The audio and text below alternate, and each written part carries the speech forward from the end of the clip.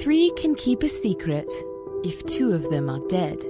Have You Seen Me seamlessly picks up where Gossip Girl leaves off, but with more sex, more lies, and more dead bodies a la How to Get Away with Murder and You. When a coveted member of a group of entitled yet ambitious 20-somethings goes missing, their deadly secret is threatened to be exposed. But the real question is, who will be next? Read Have You Seen Me by creator Candy Washington on Amazon Kindle Vella, or listen and subscribe wherever you listen to your podcasts. Welcome to Sugar Pills, a practical guide to self-care, where your host, writer, actor, and producer Candy Washington helps you live a more joyful life with a cheeky dash of pop culture news. Be sure to subscribe, leave a 5-star review, and join the conversation on Instagram at Candy Washington. Let's go!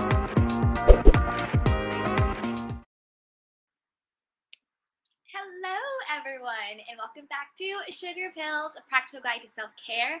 As always, I am your host, Candy Washington, and I am so honored to help you lead a more joyful life.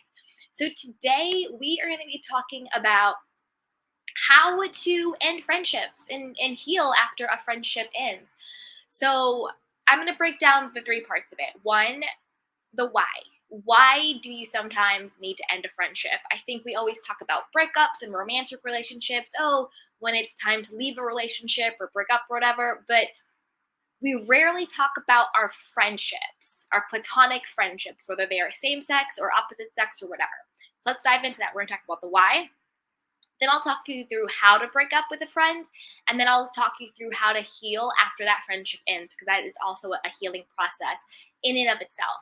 But before we dive in, if you need any additional support, any additional help on your journey to self-love and self-worth and self-care, then you can book a one-on-one coaching section with me.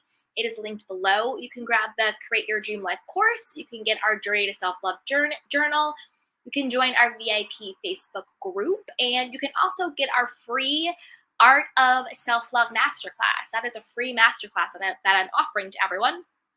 Again, everything is always linked below, and don't forget to subscribe to this channel, subscribe to the podcast, share with a friend. It really helps us out, and comment, and let me know any of the questions that you have. So with that, let's dive in. So when it comes to ending friendships and healing from it, let's first talk about why. Why would you want to end a friendship? I think the reasons are very similar to why we want to end any relationship, even if it's a romantic one. If your friend is constantly, and I think this happens a lot in friendship dynamics, which is why it can kind of not be so clear, but if your friend is verbally or emotionally abusive, it's time to end that friendship. And I think that we don't often talk about in friendships verbal and emotional abuse. We talk about it in romantic relationships. We talk about it, in family dynamics. My mom was so critical. She always put me down. Or, my husband, my wife or whatever was always so demeaning and disrespectful to me. They cheated, blah, blah, blah. So we talk about it in those relationships. But what does emotional and verbal abuse look like in friendships? It can look like being nice nasty, doing little passive-aggressive digs. Do they compare you to other friends? Do they not invite you out when you want to go out? Do they say really nasty things like, oh, are you wearing that out with us tonight? Or, of course, they dumped you. Like your relationships never work out, right? So think about the people that you are friends with. Do they say things that are demeaning, that are disrespectful, that are slick, that are put downs, but then they sort of laugh it off or just expect you to take it, or you feel like that is just the role you play in your friendship group? Like you're just the one that is the butt of the jokes, that's picked last, that is always put down or whatever.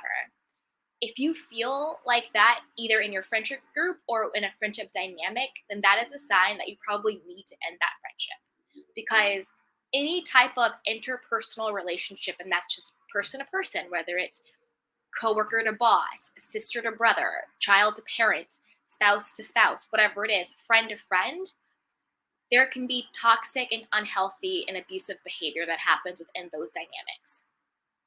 Sometimes in society, it gets almost, and I'm going to say female friendships, but it happens in men friendships as well. I'm not just singling out one sex, but I think sometimes in society, it's even glamorized. Think about the movie Mean Girls, right? Think about hashtag frenemies, hashtag squad goals, who's the queen bee. So sometimes those dynamics are even glamorized in society, where that there has to be one person who is on top, not just because they're doing great, but because they feel they have to be putting somebody else down, stepping on somebody else in order to be in that elevated position, right? So sometimes those toxic dynamics, that toxic behavior in friendships are even glamorized. So what you need to do is take an inventory of your friends, an inventory of your friendships. These can be close friends, these can be just be your friends, and these can even be people that you associate with, either socially or professionally, but you interact with them enough where being in their space and being in their energy is meaningful and impactful to you in the quality of your own life, right? So do an inventory.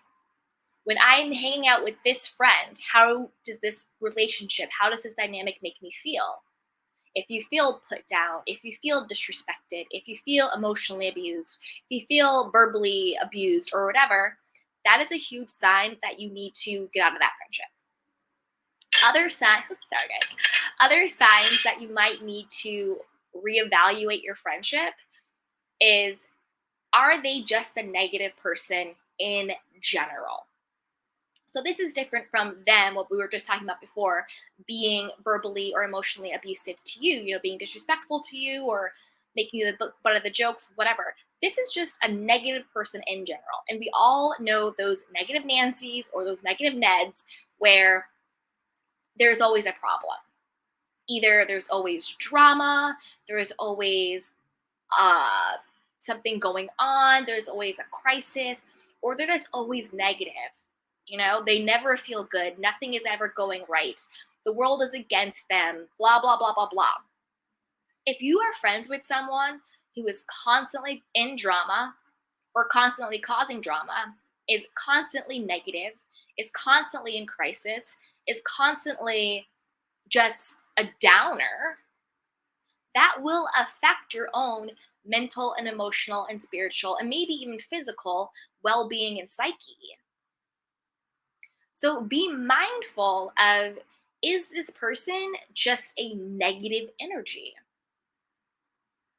Because you want to make sure that the energy you have around you, the people you have in your space, is uplifting, is positive, is supportive, is all of those things. Because if you hang out in that, it will seep into you.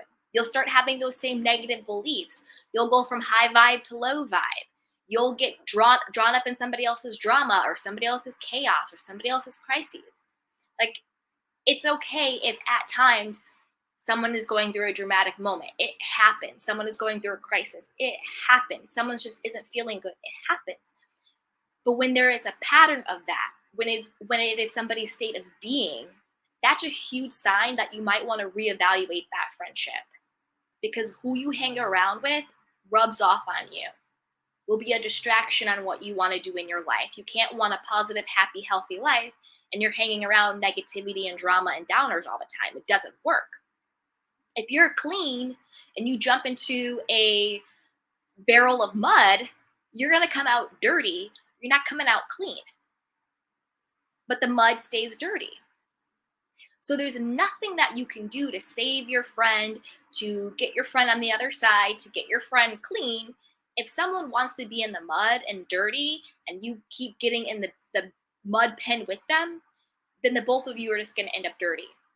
You can't get dirty enough to make that person clean. It's just how it goes. Another sign is jealousy. if you feel like your friends are frenemies or, friend enemies or friend rivals, and they're jealous and they're making passive aggressive digs, or they're putting you down, or they're not supporting your vision for your life, that is a huge sign. There's nothing more dangerous than a jealous person, because that jealous person might do anything to sabotage your happiness and your joy and your success. Find people who genuinely want to support you, who genuinely want to see you win, who's not threatened by you, who's not threatened by your looks, your success, your relationship, your energy, your vibe. They're just not threatened by you. They're not. So if you have a friend who you have an idea or you have something you want to do, and the first thing out their mouth is something like, you can't do that, that's a stupid idea, that'll never work out, if they put you down, that's not truly a friend. Or if you can kind of tell that they're kind of jealous of you. We all know when someone's jealous of us, right? That's a bad sign. Because that means at some point they're going to want to take what you have.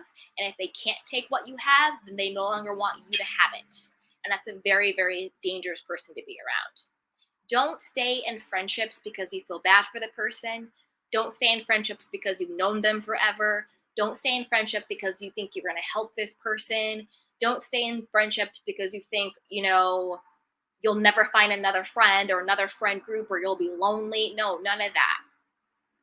Only be friends with people who pour into you, who aren't jealous, who aren't emotionally and mentally abusive, who aren't negative all of the time.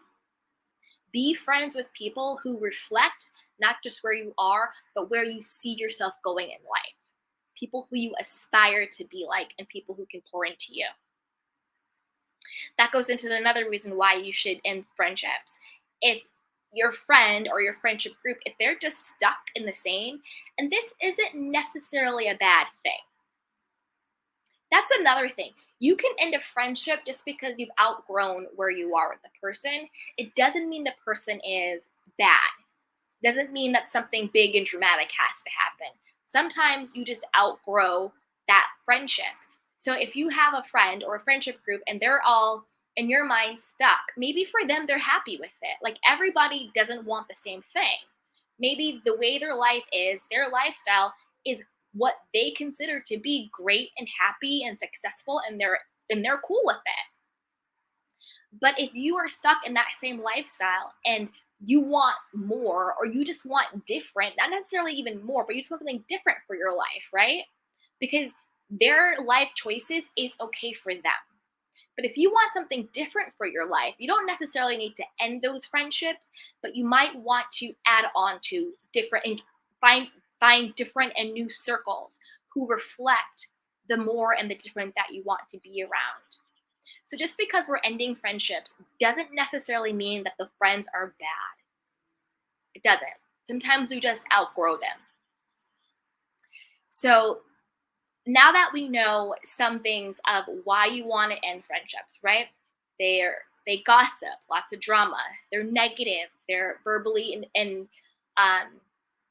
mentally abusive. They are jealous. They're stuck and uninspired, or they put you down in passive aggressive ways. Or if you've just outgrown the friendship, you've just outgrown where they are. Those are some reasons why you want to end the friendship. Okay. Now, let's talk about how. How do you end the friendship? The way you can end a friendship is, one, you can have a conversation with your friend to address the issues or address the matter, just like in any type of relationship, right? If there's something going on within your friendship dynamic or in your friendship group or with a friend, you can have a conversation with them, because not everybody knows that you're upset by something or that something isn't working. So if you feel like the friendship is soluble, if you feel like you maybe want to continue the friendship or have some form of relationship with the person, have a conversation with them. Talk to them about it. Work through it, right? Have the conversation before just chucking the friendship. Because sometimes just communication and being honest and open, and then taking an action plan to how to move forward in a healthier way, can really save a friendship. So before we just cut people off, depending on the situation, actually have the conversation with them. Go get coffee with them and say, hey, you know what? When you say this, it makes me feel like this. Like, let's talk this through. Or when this happened, it really didn't feel good. And this is blah, blah, blah, blah, blah, right? Have concrete examples, because talking in abstract never really gets anywhere.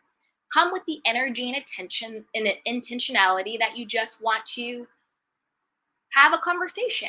It's not a confrontation. It's not a fight. You're not blaming. You're not angry. You're not expecting anything. You're just saying, hey, you're my friend. This has been said or this has happened, and I want to talk about it. So that's how you go into that. The second is the slow fade out. So say you know for sure that you no longer want to be friends with this person. You can slowly fade out. Text back a little less, call back a little less. Don't go out with them as much, right? You can do a slow fade out to the point where the friendship may just organically and naturally run its course. So the slow fade out is always there. The third is you could just take a break from the friendship. You could take a break. You could either communicate that with your friend, or you could just take the break. Just take a break. You could be like, you know what? I'm going to be really busy for the next couple of months. I'll reach out when I have some time. And then after that couple of months, take a re-inventory. Do you actually want to be friends with this person again? Do you want to work on the friendship? Do you want to contact them? Take a break. Get some clarity on the situation, right? Get some clarity on it. Take a break. The next is you can make a clean break. So this, again, you could communicate to the person, this friendship is working out or it's ran its course. It's time to just, sort of let this friendship be, let this friendship go, and then just make a clean break where the communication stops, the hanging out stops. It is what it is and it's over. Give yourself that space and time to just make the clean break. So again, you can have the conversation to address the issues and see if you can save the friendship or modify it. You can do the slow fade out, where just over time it naturally runs its course. You could take a break from the friendship and then reevaluate once you've got some space and clarity. Or you could just do a clean break and just let the friendship go in its totality.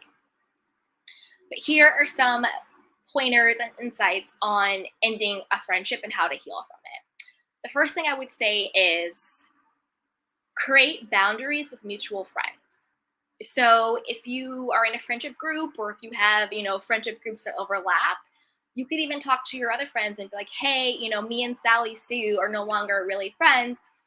Totally fine to invite her to stuff. Just could you give me the heads up, depending on how the friendship is. And you can also say, I would really prefer if you did not talk about me to her and don't talk about her to me. Because you want to not be messy and you don't want to be petty and you don't want to be drama, because then that makes you the toxic friend. It's one thing to say, oh, that person's a toxic friend, we need to not be friends, but you want to make sure that you're keeping your street clean. So you can create those boundaries with your mutual friends. We're not really cool anymore, happy to be cordial in, group settings, but just want you to know what's going on. Don't ask your friends to take sides. Don't say, if you invite her, don't invite me, or you invite me, don't invite her. You don't want to do any of that stuff. You can say, if she's coming, I'm not, and you can take your own ownership of it. Or if he's coming, I'm not, that's fine. But you don't have to make them choose. You don't have to make your friends pick sides, right? The next is focus on taking care of yourself. Because even if the friendship is toxic, even if it's a frenemy, depending on where you are in that journey of ending the friendship, it can be painful to end a friendship. Any relationship dynamic ending, there can be mourning of it. You might miss the friend. You might mourn the friendship you had, or what the friendship you thought you could have. So do some things to take care of yourself. Reach out for support to friends that you do know, like, and trust. I think we talk a lot about healing in the mourning period from romantic relationships, but we rarely talk about what does it feel like when either you no longer want to be friends with somebody, or somebody no longer wants to be friends with you, because that's also painful, right? It's also painful when you're friends with someone and they no longer want to be friends with you. So even in that, when that happens, take the time to take care of yourself. Give yourself the time and space to heal, to mourn the friendship, reach out to friends that you know, like, and trust for support. And you can also journal out your feelings, the same things that we would do with anything comes to an end or anytime we're disappointed or we're going through a mourning period. Journal it out, talk to someone, have your self-care plan, and then also allow yourself to grieve the end of the friendship, whatever that grieving process looks like for you. And then reinstate those healthy boundaries. You know, if there are a friend who's like, oh, but I want you guys have to be friends again. Let's figure this out. But you know, in your heart, you don't really want to be friends anymore. Reestablish that boundary of, I know you're friends with this person. I'm not. Let's just keep it clean. Let's focus on our relationship. You focus on your relationship, right? Hey, Vaka. So Vaka says, and if you guys are listening on the podcast, be sure to join us over on YouTube because that's where you can join us live and talk. So Vaka says, most of the time this has happened, it's been for the best and I am celebrating. That is true too. That is true too. That's why I say, you know, it really depends on where you are in the friendship relationship journey, right? Sometimes when you get to the end of it and you know it's for the best, there's no grieving period because usually we've already grieved it within the friendship, the end of it. And by the time it's over, we're ready to go, we're ready to celebrate. But these are just tools if you so happen to need them to heal after the friendship, right? So you take care of yourself the way you would the ending of any relationship. You focus on your self-care, you reach out for support, you can journal, you can meditate, you can do something creative, you can take care of yourself, you establish healthy boundaries with yourself, the ex-friend, and any mutual friends you may have, and then allow yourself to grieve the end of the friendship or to celebrate it, as Vodka is, or to celebrate it. You can do that too. So there you have it. Those are what I gave you the reasons why you might want to end a friendship. I gave you the reasons or the steps of how you can end it. And then also a couple of ways that you can heal after the friendship ends. So if anybody has any questions or you want to share where you're listening from, go ahead and drop them down in the comment box. Let me know if you have any questions or comments about that. But yeah, I mean, I know myself, I've had friendships that have ended, you know, whether it's they don't want to be friends with me anymore or I don't want to be friends with them anymore. And usually for me, it's usually one thing. Usually it's actually been, I've outgrown the friendship.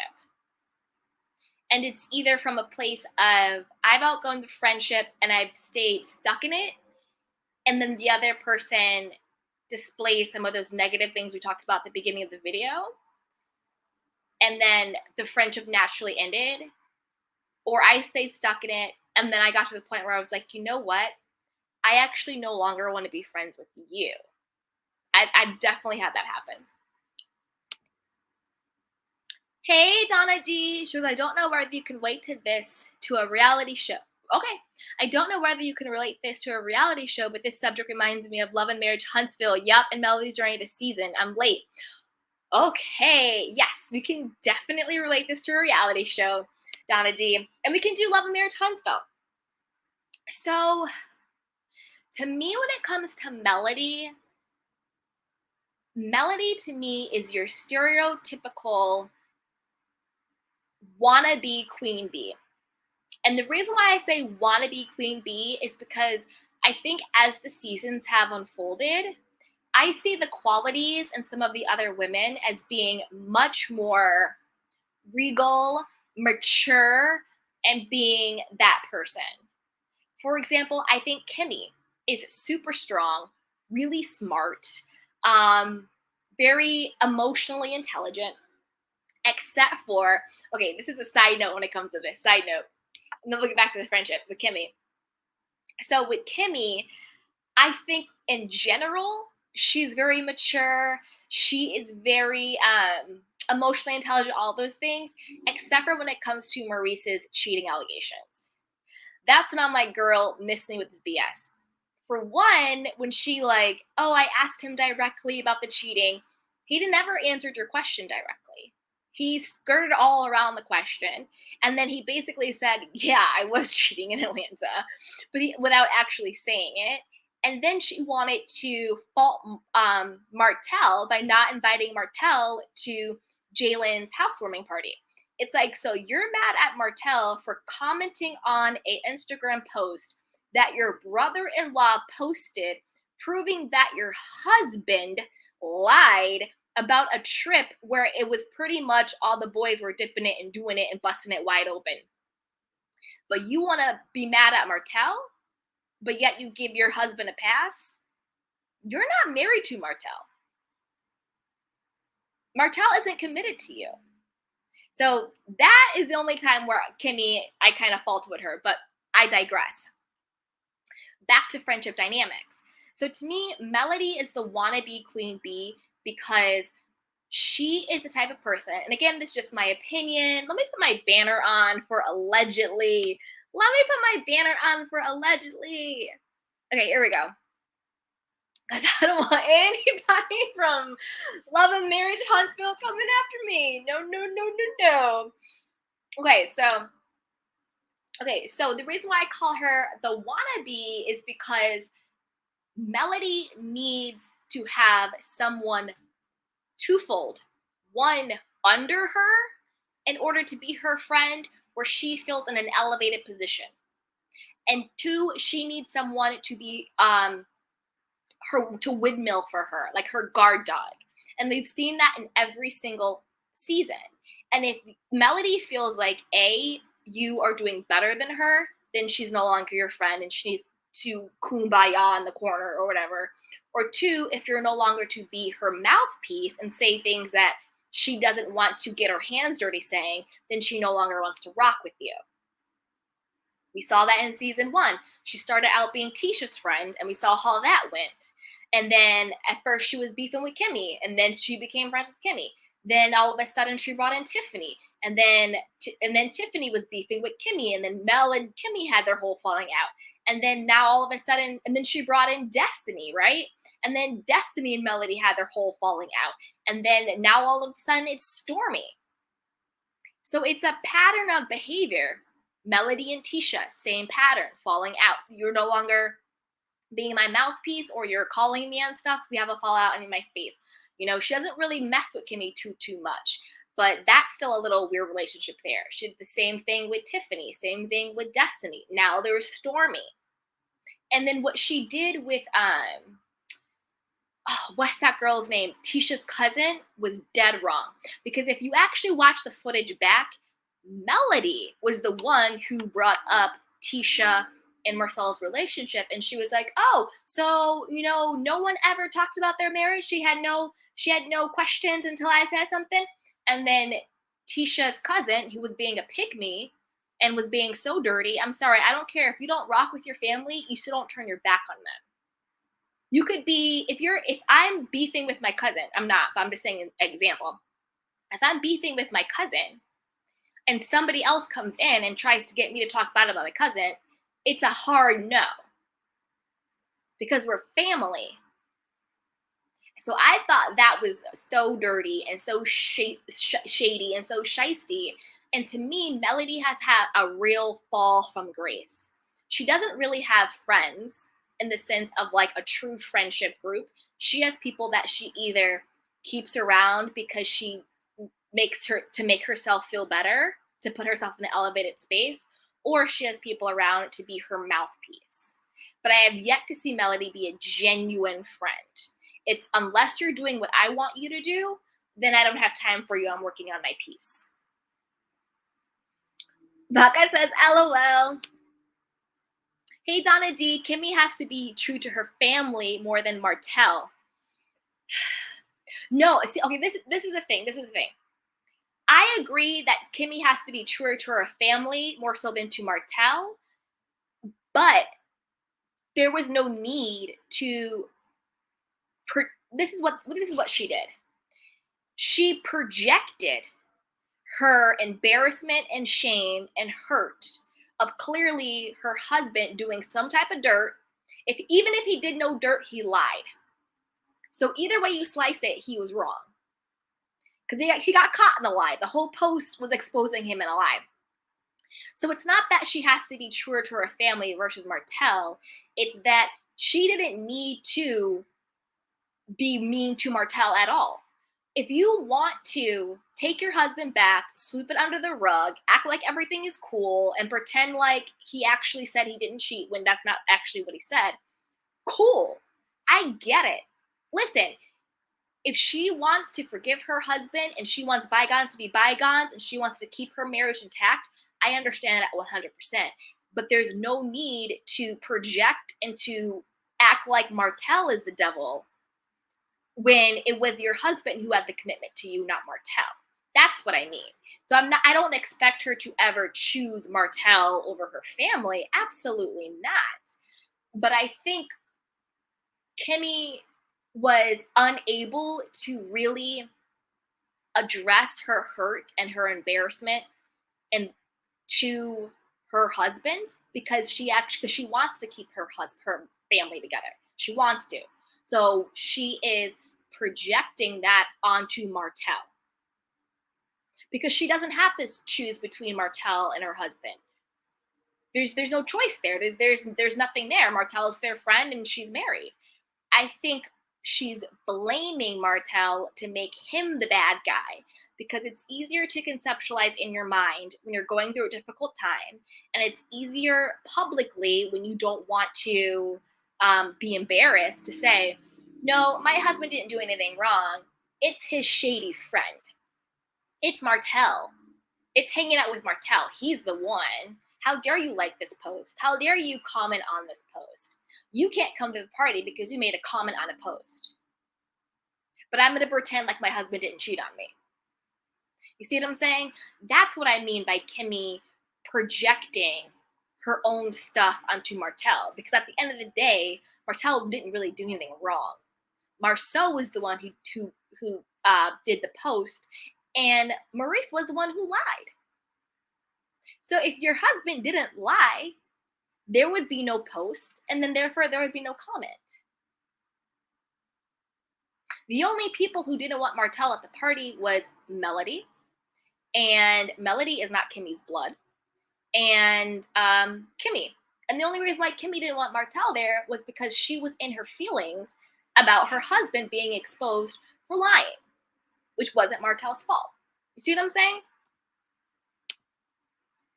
Hey, Donna D. She goes, Stormy appears to be doing better than Melody, but she just is as petty as Melody. Stormy will serve Melody better than Destiny because Stormy is wealthy. Okay, so this is the thing. Happy you brought that up. So it's not so much that Melody is going to use Stormy for what she can get from Stormy. Point blank, period. She's going to use Stormy for what she can get from Stormy. Because even in the first couple episodes, she was going to Stormy's warehouse, asking her all these questions. Where do you get your supply from? How do you do the inventory? Melody is no dummy. She will use Stormy to get all the information so she can apply it to her business. But Stormy is her mouthpiece. That's why you have Stormy beefing with Destiny when Stormy and Destiny never ever had a beef.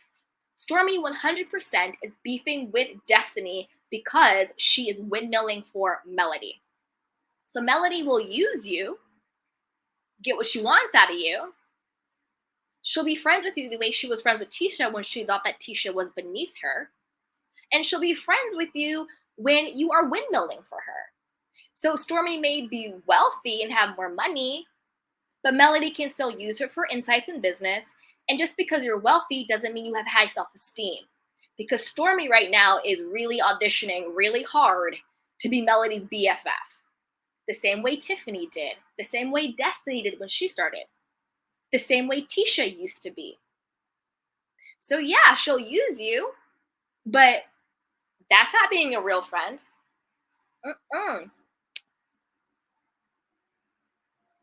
Hey, Donna D. Kiki is an educator. She would have known how she would be portrayed on TV and that pajama party. Yeah, she should have known. She should have known. You're right. Hey, Dondi, hate to say it, but there doesn't appear to be any concrete proof that Maurice cheated on Kimmy. Maurice said he answered no to one of a two-part question. So it's not so much that there isn't concrete proof that Maurice cheated on Kimmy. It's the underlying insinuation that he did. Because why did he lie? The Scott brothers think that they are these mystical, magical wordsmiths when they're really not. They're just people who tell half-truths and to get out of telling the actual truth. When Carlos King asked Maurice, have you ever been, when they were talking about the Atlanta trip and all that stuff, and Carlos King asked him, well, have you ever been around Ariane and Martel? And he was like, no, I haven't. He said it straight out, like, no, like all loved up. And you saw the look on both Tisha and Marcel's face. They both were like, okay, you're absolutely lying. And so that's why Marcel posted a picture to be like, you were with us, you were just hanging out. So it's not so much whether or not Maurice, there's concrete evidence that Maurice cheated. It's the implication. It's the crack in the seal. It's the innuendo that's there. It's the, if you weren't doing anything wrong, then why did you lie? And he did lie. He can try and wordsmith it all he wants, do this and that. He did lie. Because the truth is, he was there with them. And he did see Martel and Ariane together. They had been together for years. He did lie. That's why his brother blew up his spot. So it's not so much that this photo proves he cheated, but the photo calls into question, why did you feel the need to lie? And that opens up the door of what are you hiding? What did you do? What else aren't you telling us? Blah, blah, blah, blah, blah, right? And I do think Kimmy was embarrassed. And I do think it made Kimmy stop and think. And that Kimmy was working really hard to have all of these things justify it. But it is what it is. And this is the thing. I don't blame Kimmy for that. You're married to this man. You're in love with this man. You want to keep your marriage together. You want to save face. I get it. 100%. But don't villainize and demonize somebody else in order to shift the blame. And that's kind of what I think she was doing. I would have more respect for it. And I love Kimmy, and I have a lot of respect for her. But it seems like I would have had more respect if she was just like, you know what? I don't care about that post. I don't care, whatever. This is my husband. We're happy. Move it along. Whatever. Da-da-da-da. We good. But the need to act like Martel is this awful person for commenting on Marcel's post, it's a bit of a stretch. And it's a bit of a projection. I don't fault Kimmy. That's her husband. She wants to keep her family together. I get it. But I don't think that Martel is the villain in everybody's marriage. At some point in time, people need to take responsibility for themselves, and people need to be honest about how their own spouses are moving. Martel cannot make Maurice or Marcel or anybody do anything that they don't want to do. These are grown men. And that was more of what I was saying about the Kimmy and the Martel stuff. Yep. Hey, Donna D. I still think Marcel missed the spot about the picture. He should have said that he posted the picture before Martel's mistress posted it. Yeah. Yeah. Who knows? This is a good conversation. I feel like I should switch to doing a live about the real, what do you call it? Love and Marriage Huntsville. Right? I feel like I should do that. Maybe I should. Okay, you guys, I'm going to do that. I'm going to switch to doing a live about Love and Marriage Huntsville, since that's so hot. So be sure to join me. I'm going to switch over to doing a live about Love and Marriage Huntsville. We'll be right back. See you guys then. Bye. Welcome to Sugar Pills, a practical guide to self-care. where your host, writer, actor, and producer Candy Washington helps you live a more joyful life with a cheeky dash of pop culture news. Be sure to subscribe, leave a 5-star review, and join the conversation on Instagram at Candy Washington. Let's go!